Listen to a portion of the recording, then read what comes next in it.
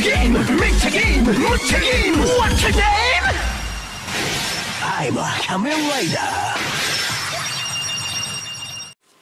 What's up, everybody? It's the Quarter Guy, and I'm sorry I haven't gotten one of these out the past couple weeks, haven't found much to talk about, and what's the point of just making a video just for the sake of making a video? Darn algorithm.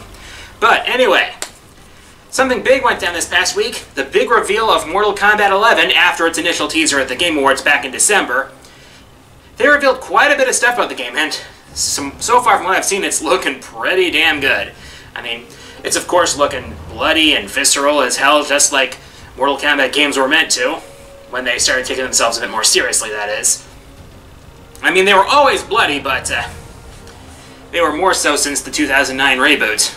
I mean, but so far we've seen gameplay for 7 of the game's characters, those being Raiden, Scarlet, Baraka, Sonya, who's being played by Ronda Rousey, by the way, Scorpion, Sub-Zero, and the first new character we've seen gameplay of being Geras.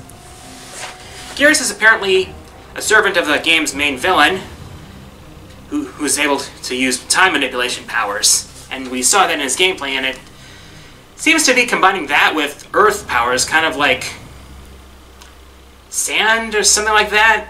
Stone? Not quite sure.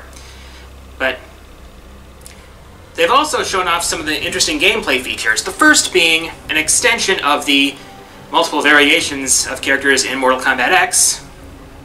This time they're expanding it to what they're calling custom variations. So basically you can add different gear, choose your moveset, and basically tailor fit the character the way you see yourself playing that character. Looks like a pretty interesting feature. Also, they're separating offensive meter from defensive meter. I'm guessing the offensive meter is going to be doing stuff like X-ray moves and stuff, and the defensive moves is going to be stuff like escapes and counters and stuff, and breakers and that kind of stuff. And there's also like this new, what seems to be some sort of comeback mechanic called Fatal Blow, which is only active when someone's like at 30% health or less. And of course, the ever-loving fatalities are back as always, and they're looking bloody.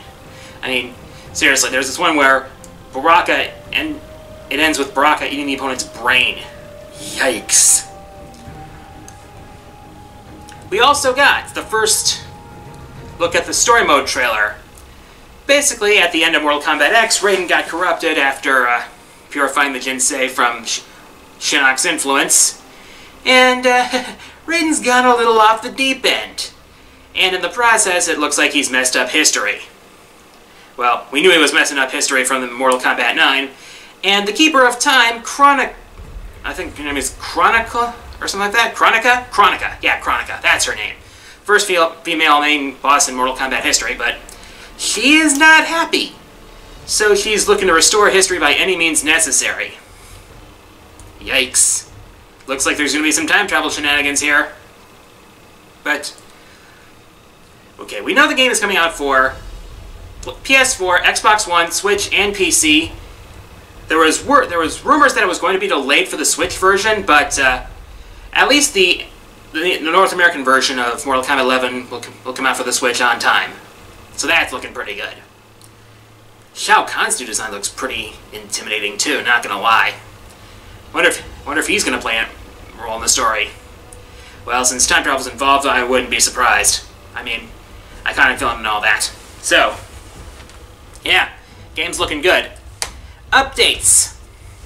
First off, my first countdown of the year, being my top 10 opening levels 2019 edition, is in the ending stages. Hopefully I'll be able to get it out this coming week. Look for the notification of the premiere date on Twitch, followed by the full release the following day on YouTube.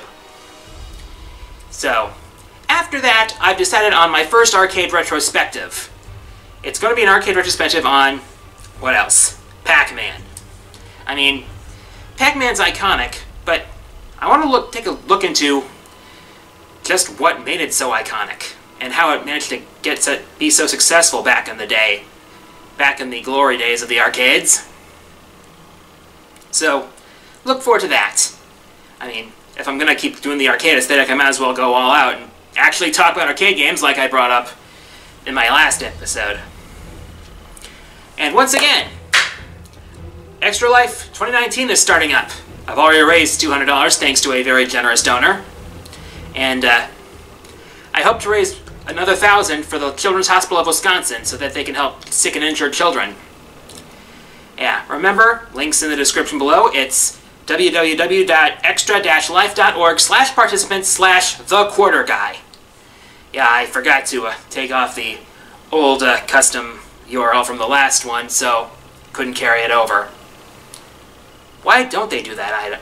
Why don't they let us carry it over that easily? I don't know. But, anyways, this coming Saturday, in fact, is Mega Man Maker Custom Levels, and if you have a donation and a level code, I'll play your level on the stream.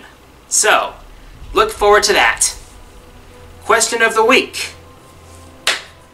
Are there any arcade games you'd like to see me take a look at? As always, leave your answers in the comments. Favorite comments will be featured in the next episode. Here are last episode's winners.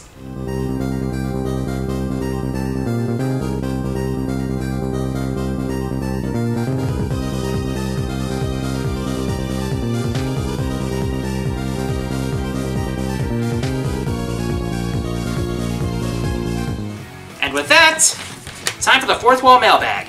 As always, look for the community post, send me your questions there, and I'll answer my favorites in the next episode.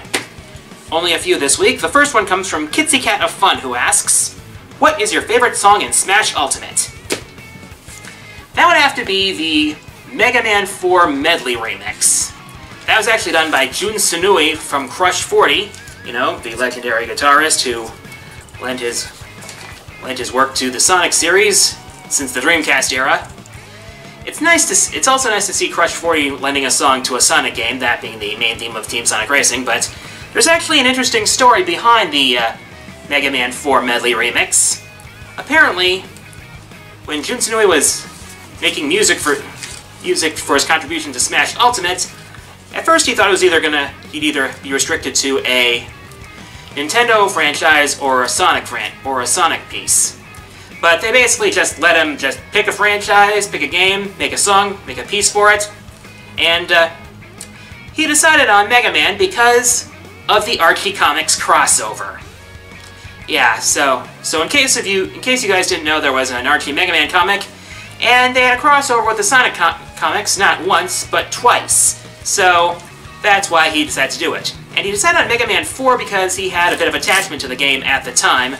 Because when he played that, he was really hooked on the original Sonic game, so there was the emotional attachment there. Pretty interesting story. And the medley honestly feels like what it would be like if Crush 40 actually made music for a Mega Man game. Sounds really good. Next question comes from Thiago Fernandez, who asks, do you love or hate cringe comedy? I honestly can't stand it. Because, like, comedy is meant to be funny, not to induce winces like this. And people who make fun of people who do the Fortnite dance calling it cringy obviously don't have anything better to do with their time. Let people have fun. Last question this week comes from Moon Angel Fire, who asks, if Ragna from Blaze Blue was a DLC character in Ultimate, what would his final smash be? Do we even have to ask? It would obviously be Black Onslaught.